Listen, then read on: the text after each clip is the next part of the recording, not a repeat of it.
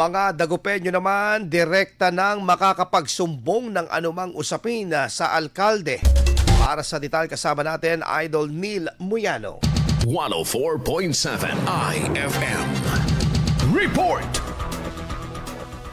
Pantay, Dagupan, Boses ng Bayan, Tugon ng Pamahalaan. Isang bagong plataporma para sa bukas at direktang komunikasyon sa pagitan ng lokal na pamahalaan at mamamayara ang inilunsad online ng pamahalang panglungsod ng Dagupan kahapon.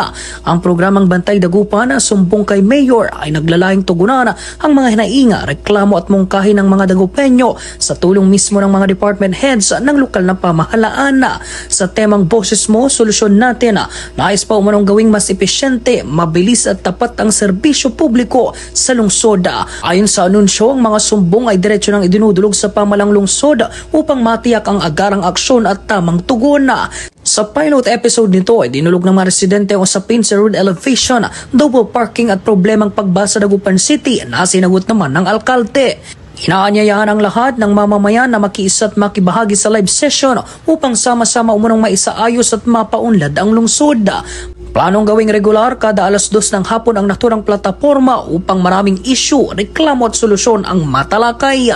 Sa inyong opinion, sa inyong advice, sa inyong nakikita kung ano dapat na i-address na problema ng syudad, idiretso nyo na lang po kay Mayor Belen Fernandez. Huwag nyo na idaan sa iba. Kasama mo mula rito sa FM News Dagupan, ito si Idol Neil Muyano, Tatak IFM.